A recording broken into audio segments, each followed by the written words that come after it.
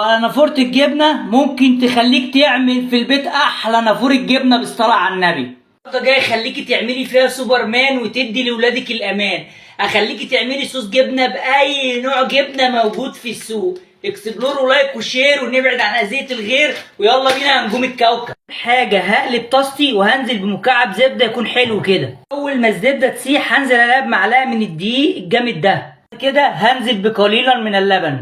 كده هنزل بميكس من الجبن. عايز اقول لكم حاجه بقى، موتزاريلا موجوده حطوا، جبنه رومي حطوا، مش لازم شيدر ب 500 و700 جنيه، الجبنه الموجوده عندكم حطوها. عايز اقول لكم حاجه بقى، الجبنه اللي انتوا لازم تحطوها اي جبنه صح، بس لازم تكون بتسيح. البهارات دي بقى اختياري مش اجباري، انا عامه هكتفي برشه من الملح بسيطه. عايزك تخش معايا كده وتشوف التفاصيل. بص بص بص بص بص بص الحلاوه، بص بص بص بص الشياكه. لا لا لا لا لا لا لا لا، ما تخليش الحاجه تتحكم فينا، احنا اللي بنتحكم في الحاجة. هو